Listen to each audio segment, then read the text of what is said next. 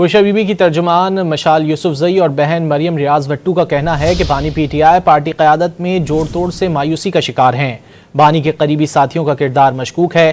दूसरी तरफ शेर अफजल मरवत ने मशाल यूसुफजई और मरियम रियाज भट्टू के बयानिए को गलत करार दे दिया।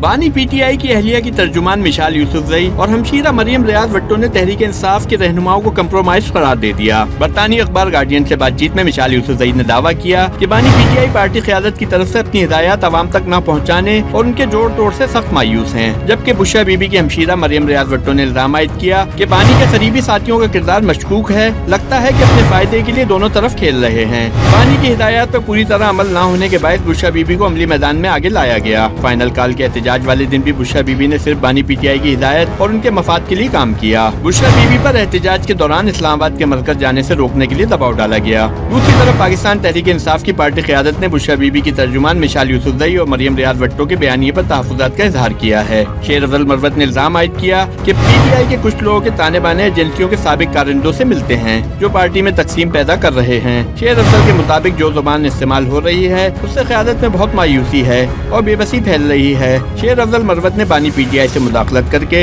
इन चीजों को रोकने का मुतालबा भी किया।